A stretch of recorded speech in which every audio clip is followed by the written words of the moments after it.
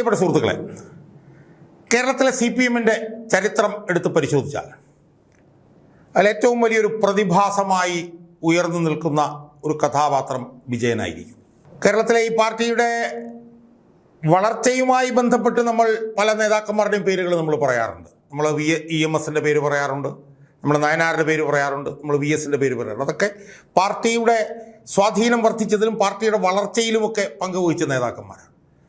പക്ഷേ 1964 രൂപീകരിക്കപ്പെട്ട ഈ പാർട്ടിയുടെ തകർച്ചയിൽ ഏറ്റവും കൂടുതൽ പങ്കുവഹിച്ച നേതാവ് ആരാണ് എന്ന് ചോദിച്ചാൽ അത് പിണറായി വിജയൻ എന്ന വിജയനായിരിക്കും എന്നുള്ള കാര്യത്തിൽ യാതൊരു വിധത്തിലുള്ള തർക്കവുമില്ല. സുഹൃത്തുക്കളെ, വിജയൻ സംസ്ഥാന രാഷ്ട്രീയത്തിലേക്ക് വരുന്നത് 1998-ലാണ്. 98-ൽ പാർട്ടി സംസ്ഥാന സെക്രട്ടറിയായി വന്നു. 98-ൽ വൈദ്യുതി സഹകരണ വകുപ്പ് മന്ത്രിയായി അന്ന് നയനാർ മന്ത്രിസഭയിൽ അദ്ദേഹം വന്നു. 99-ൽ അവസാനമായപ്പോഴത്തേക്കും അന്ന് സംസ്ഥാന സെക്രട്ടറി ആയിരുന്ന സഖാവ് ചടയൻ ഗോവിന്ദൻ അർബുദ രോഗബാധിതനായി മരിച്ചതിനെ തുടർന്ന് അദ്ദേഹം സംസ്ഥാന സെക്രട്ടറിയായി. ആ സംസ്ഥാന സെക്രട്ടറി ആയതിനു ശേഷം 4 ടേം അദ്ദേഹം സംസ്ഥാന സെക്രട്ടറിയായി തുടർന്നു. 2014 അദ്ദേഹം സംസ്ഥാന സെക്രട്ടറി സ്ഥാനം ഒഴിഞ്ഞു. 2016 അദ്ദേഹം മുഖ്യമന്ത്രിയായി. 2026 വരെ മുഖ്യമന്ത്രി സ്ഥാനത്ത് തുടർന്നു. ഇപ്പോൾ പ്രതിപക്ഷ നേതാവായി അദ്ദേഹം തുടരുന്നു. സുഹൃത്തുക്കളെ, ഞാൻ ആദ്യം സൂചിപ്പിച്ചതുപോലെ CPM-ന്റെ ചരിത്രമെടുത്ത് പരിശോധിച്ചാൽ CPM-ന്റെ ചരിത്രത്തിൽ CPM-ന്റെ തകർച്ചയ്ക്ക് ഏറ്റവും കൂടുതൽ പങ്കുവഹിച്ച നേതാവ് ആരാണ് എന്ന് ചോദിച്ചാൽ വിജയനായിരിക്കും എന്നുള്ള കാര്യത്തിൽ ഒരാൾക്കും ഒരു തർക്കവുമില്ല. ഇത്രയേറെ ആരോപണങ്ങൾക്ക് വിധേയനായിട്ടുള്ള ഒരു നേതാവ് ഈ പാർട്ടിയിൽ ഉണ്ടായിട്ടുണ്ടാവില്ല. ഒരു വലിയ അഴിമതി കേസിൽ പ്രതിയായി സംസ്ഥാന സെക്രട്ടറി സ്ഥാനത്ത് തുടർന്ന ഇതുപോലൊരു നേതാവ് കേരളത്തിൽ വേറെ ഉണ്ടായിട്ടുണ്ടാവില്ല. പാർട്ടി ഇത്രയേറെ ഒരു നേതാവിന് കീഴിൽ തകർന്നിട്ടുണ്ടെങ്കിൽ അത് വിജയൻ്റെ നേതൃത്വത്തിലായിരിക്കും എന്നുള്ള കാര്യത്തിൽ യാതൊരു തർക്കവുമില്ല. 10 വർഷം മുഖ്യമന്ത്രിയായിരുന്ന വേറൊരു നേതാവ് കേരളത്തിൽ CPM-നില്ല. ആ മുഖ്യമന്ത്രി ആയിരിക്കുമ്പോൾ ഏറ്റവും കൂടുതൽ അഴിമതി ആരോപണങ്ങൾക്ക് വിധേയനായിട്ടുള്ള വേറൊരു നേതാവ് കേരളത്തിൻ്റെ ചരിത്രത്തിൽ ഉണ്ടായിട്ടുണ്ടാവില്ല.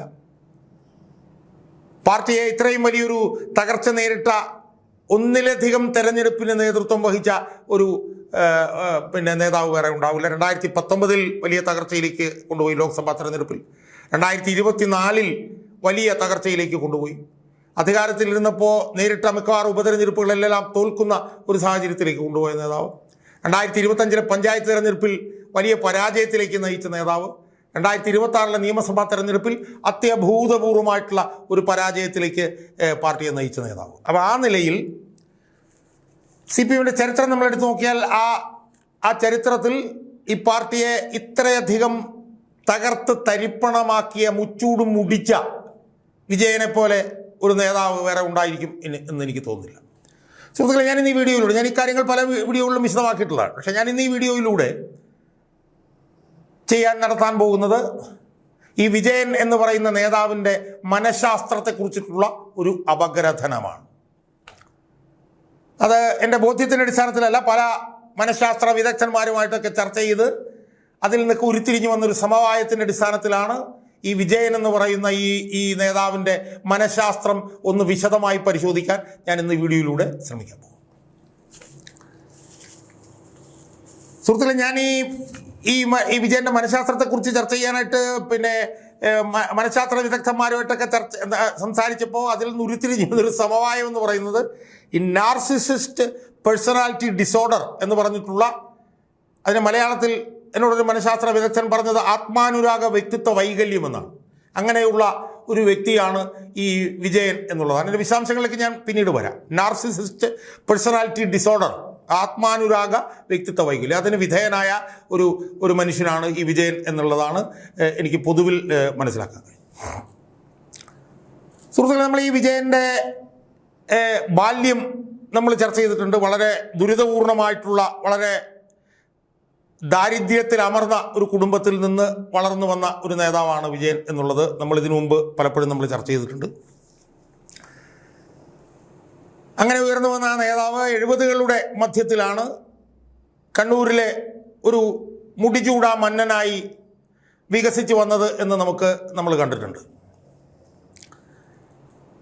അപ്പോൾ ആ സമയങ്ങളിലൊക്കെ ഈ വിജയനെ സ്വാധീനിച്ച ഒരു നേതാവ് അറിഞ്ഞോ അറിയാതെയോ വിജയൻ്റെ മനസ്സിൽ ഒരു പ്രതിബിംബമായി ഒരു പ്രതിരൂപമായി വളർന്നു വന്ന നേതാവ് കരുണാകരനായിരുന്നു എന്നുള്ളൊരു സംശയം പല മനഃശാസ്ത്ര വിദഗ്ധന്മാരും എന്നോട് പറയുകയുണ്ടായി. അതായത് കരുണാകരനെ ഒരു റോൾ മോഡലായി കണ്ടുകൊണ്ടുള്ള ഒരു ഏകാധിപത്യ മാതൃക വിജയൻ്റെ മനസ്സിൽ, വിജയൻ്റെ അബോധ മനസ്സിൽ ഇങ്ങനെ ഉയർന്നു വന്നോ എന്നുള്ളതൊരു സംശയം അവർ ഉന്നയിച്ചിട്ടുണ്ട്. അന്ന് വിജയൻ്റെ ഒരു സമകാലികനായി കണ്ണൂരിലുണ്ടായിരുന്ന MV രാഘവൻ, അദ്ദേഹത്തിലും ഈ ഏകാധിപത്യ പ്രവണത വിജയൻ ദർശിച്ചിരുന്നുവെന്നും 80കളുടെ മധ്യമൊക്കെ ആയപ്പോഴത്തേക്കും രാഘവൻ ഈ പാർട്ടിയിൽ നിന്ന് പോയപ്പോൾ ആ വിടവ് നികത്തിക്കൊണ്ട് ഒരു ഏകാധിപത്യ സ്വഭാവത്തോടുകൂടി അഗ്രസീവായി മുന്നിൽ നിന്ന് നയിക്കുന്ന ഒരു നേതാവ് എന്നുള്ള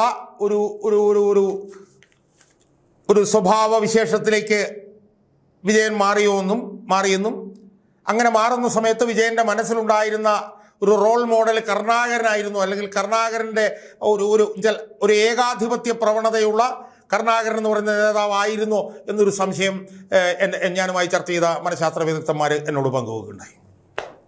അതിനുശേഷം നമുക്കറിയാം 1980കളുടെ മധ്യത്തിൽ രാഘവൻ ഈ പാർട്ടി വിട്ടുപോയി. ആ സമയത്ത് പാർട്ടി സെക്രട്ടറി സംസ്ഥാന സെക്രട്ടറി VS അച്യുതാനന്ദനായിരുന്നു. 1980കളുടെ മധ്യത്തിലാണെന്ന് തോന്നുന്നു കണ്ണൂരിലെ ജില്ലാ സെക്രട്ടറി വിജയനായിരുന്നു. അന്ന് രണ്ട് തരത്തിലുള്ള അന്ന് നമുക്ക് പാർട്ടിയുടെ സംസ്ഥാന നേതൃത്വത്തിൽ കാണാൻ കഴിയുന്ന നേതാക്കന്മാരെന്ന് പറഞ്ഞാൽ കർഷക തൊഴിലാളി സമരത്തിലൂടെയും ഒക്കെ വളർന്നു വന്ന നേതാക്കന്മാർ, വ്യവസായ മേഖലയിലൂടെ CITUവിലൂടെ വളർന്നു വന്ന നേതാക്കന്മാർ, ഇങ്ങനെ രണ്ട് തരത്തിലുള്ള നേതാക്കന്മാരാണെന്ന് പാർട്ടിയെ നിയന്ത്രിച്ചിരുന്നത്. അന്ന് വിജയന് കൂടുതൽ സഹവാസം VS അച്യുതാനന്ദനുമായിട്ടായിരുന്നു. എന്നാൽ പിന്നീട് നമുക്ക് 80കളൊക്കെ കഴിഞ്ഞിങ്ങോട്ട് വരുമ്പോഴത്തേക്ക് പാർട്ടിയുടെ നേതൃത്വത്തിൽ നമുക്ക് കാണാൻ കഴിയുന്ന എന്താ, ഈ കർഷക തൊഴിലാളി വ്യവസായ പശ്ചാത്തലമൊന്നും ഇല്ലാത്ത നേതാക്കന്മാർ. കാരണം കർഷക തൊഴിലാളി പശ്ചാത്തലമുള്ള നേതാക്കന്മാരെന്ന് പറഞ്ഞാൽ VSനെ പോലുള്ളവർ, വ്യാവസായിക മേഖലയിലെ CITU പശ്ചാത്തലവുമായി വന്നിട്ടുള്ള KN രവീന്ദ്രനാഥ്, E ബാലാനന്ദനെ പോലുള്ള നേതാക്കന്മാർ, അവർ തമ്മിലുള്ള ആശയ സംഘടനമൊക്കെയാണ് അന്ന് ഉണ്ടായിരുന്നു. എന്നാൽ 80കളൊക്കെ കഴിയുമ്പോൾ ഈ പശ്ചാത്തലം ഇല്ലാത്ത ഒരു കൂട്ടം നേതാക്കന്മാർ വളർന്നു വരുന്നു. അതിൽപ്പെട്ടയാളാണ് വിജയൻ, കോടിയേരി ബാലകൃഷ്ണൻ, അതുപോലെ തന്നെ തോമസ് ഐസക്, ബേബി പോലുള്ള ബുദ്ധിജീവികൾ. അങ്ങനെ ഒരു രീതിയിലേക്ക് ഈ കർഷകത്തൊഴിലാളി അല്ലെങ്കിൽ വ്യവസായ മേഖലയിൽ നിന്നൊക്കെ വളർന്നു വന്ന നേതാക്കന്മാരെന്നുള്ള രീതിയിൽ നിന്ന് മാറി ഈ പശ്ചാത്തലമില്ലാത്ത വിജയനും കോടിയേരി ബാലകൃഷ്ണനെ പോലുള്ള നേതാക്കന്മാരും ബേബി ഐസക്കിനെ പോലുള്ള ബുദ്ധിജീവി നേതാക്കന്മാരും എന്നുള്ള നിലയിലേക്ക് കാര്യങ്ങൾ മാറി. ആ സമയത്താണ് ഈ വ്യാവസായിക മേഖലയിൽ നിന്ന് വന്ന ഈ ബാലാനന്ദൻ, രവീന്ദ്രനാഥ്, ലോറൻസ് മുതലായിട്ടുള്ള ആളുകളെ വെട്ടാനായി VSൻ്റെ നേതൃത്വത്തിൽ ഒരു വലിയ സമരം നടക്കുകയും ആ സമര കാലഘട്ടത്തിൽ VSനോടൊപ്പം വിജയൻ നിൽക്കുകയും ചെയ്യുന്ന ഒരു സാഹചര്യം നമ്മൾ കാണുന്നത്. അവിടെയും ഈ പറഞ്ഞതുപോലെ രണ്ട് തരത്തിൽ ആ നിലയിലുള്ള ഒരു മാറ്റം അവിടെ നമ്മൾ കാണുന്നു. അങ്ങനെ ആ ഘട്ടത്തിൽ VSനോടൊപ്പം നിന്ന വിജയന് യഥാർത്ഥത്തിൽ 98 ആയപ്പോഴത്തേക്കും വലിയൊരു പ്രൊമോഷൻ VSലൂടെ ലഭിക്കുന്നു. മന്ത്രിയായതിനു ശേഷം VS കൈപിടിച്ച് സംസ്ഥാന സെക്രട്ടറി സ്ഥാനത്തേക്ക് വിജയനെ കൊണ്ടുവരും. അങ്ങനെ പാർട്ടി സംസ്ഥാന സെക്രട്ടറി ആയി വരുന്ന വിജയനിൽ പിന്നെ ഒരു 1.5 പതിറ്റാണ്ട് കാലം കാണാൻ കഴിയുന്ന ഒരു പ്രത്യേക സാഹചര്യത്തെ ഈ മനഃശാസ്ത്രജ്ഞന്മാർ എൻ്റെ മുമ്പിൽ വിശദീകരിച്ചത് ഒരു ഭസ്മാസുര സിൻഡ്രോം എന്നാണ്.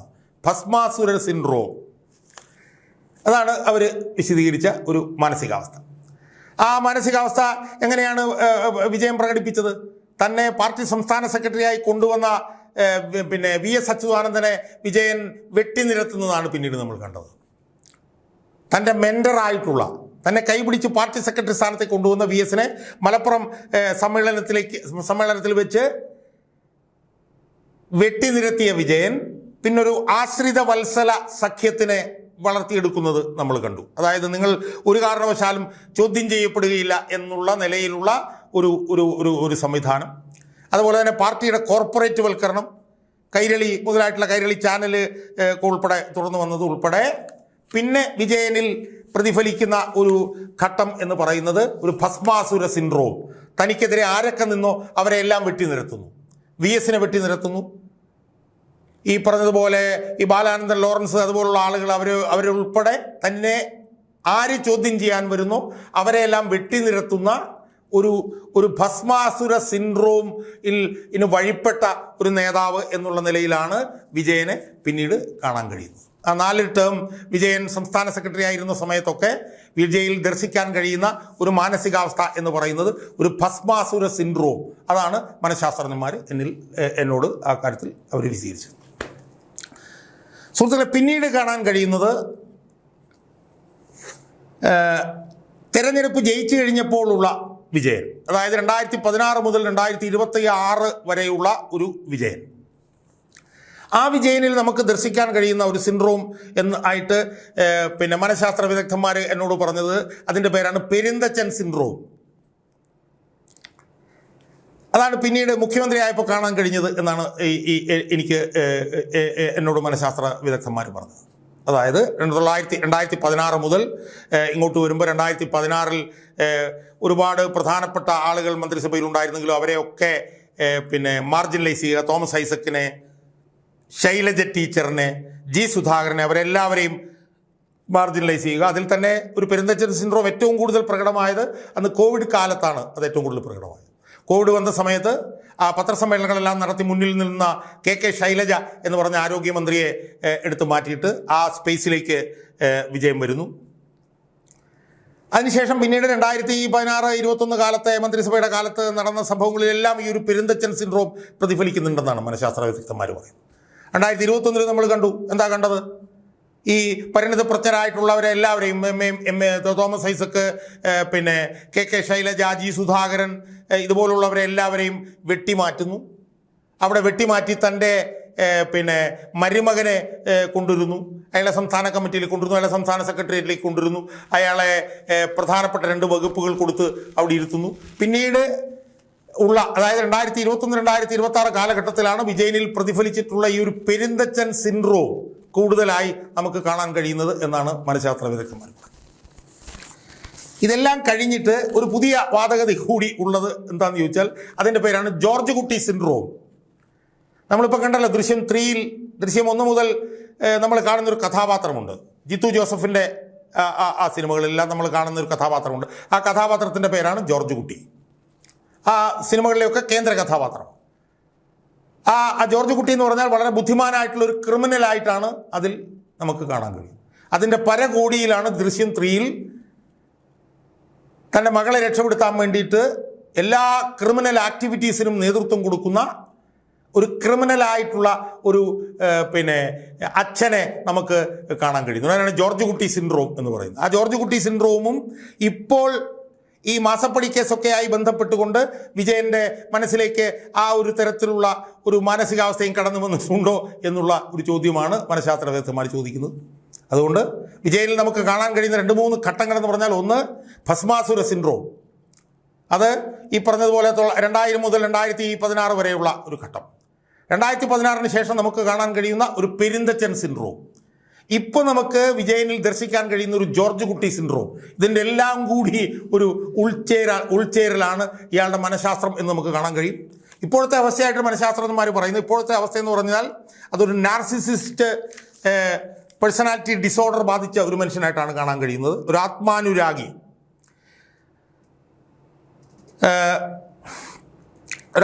എന്ന് പറഞ്ഞാൽ തന്നിൽ അഭിരമിക്കുന്ന, അതായത് അതിപ്പോൾ ഞാൻ നോക്കുകയായിരുന്നു ഈ നാർസിസിസ്റ്റ് എന്ന് പറഞ്ഞ വാക്കിൻ്റെ പിന്നെ ഒരു നിർവചനം. അതായത് നാർസിസസ് എന്ന് പറഞ്ഞൊരു ഏൻഷ്യൻ ഗ്രീക്ക് ഒരു മിത്താണത്. അത് ഞാൻ പിന്നെ വിക്കിപീഡിയയിൽ കണ്ടപ്പോൾ കാണാൻ കഴിഞ്ഞ hunter who spurned love of others and was cursed to fall in love with his own reflection in a pool of water. അതായത് മറ്റുള്ളവരുടെ സ്നേഹമെല്ലാം തള്ളിക്കളഞ്ഞ് ദൈവത്തിൻ്റെ ഒരു ശിക്ഷയെ തുടർന്ന് ഒരു തടാകത്തിലെ തൻ്റെ നിഴലിൽ തൻ്റെ ഒരു നിഴലിൽ അഭിരമിക്കുന്ന ഒരു മനുഷ്യൻ, അതാണ് ഒരു നാർസിസിസ്റ്റ് എന്ന് പറയുന്നത്. അതുപോലുള്ളൊരു ആത്മാനുരാഗിയായി അദ്ദേഹം മാറിയോ എന്നുള്ള സംശയമുണ്ട്. അതുകൊണ്ട് തന്നെയാണ് അദ്ദേഹം ഇപ്പോൾ പ്രതിപക്ഷ നേതാവായിട്ട് ഇരിക്കാനുള്ള അദ്ദേഹത്തിൻ്റെ ഒരു അഭിവാഞ്ച അതൊക്കെ തന്നെ അതിൻ്റെ ഭാഗമായിട്ടാണ് എന്ന് ആളുകൾ പറയുന്നുണ്ട്, എന്ന് മനഃശാസ്ത്ര വിദഗ്ധന്മാർ പറയുന്നുണ്ട്. അപ്പോൾ ഇതെല്ലാം കൂടി ചേർന്ന ഒരു പ്രതിഭാസം,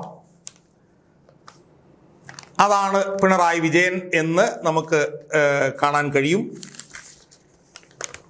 അതായത് ഇപ്പോൾ നാർസിസിസ്റ്റ് ഡിസോർഡറിൻ്റെ ഒരു പ്രതിഫലനമായിട്ട് പറയുന്നതെന്ന് പറഞ്ഞു കഴിഞ്ഞാൽ കടുത്ത അപകർഷതാബോധം, അസൂയ മറ്റുള്ളവരോടാണ് യഥാർത്ഥത്തിൽ ഉണ്ടാവുന്നത്, എന്നാൽ അസൂയ തന്നോട് എന്ന് പറഞ്ഞു നടക്കും.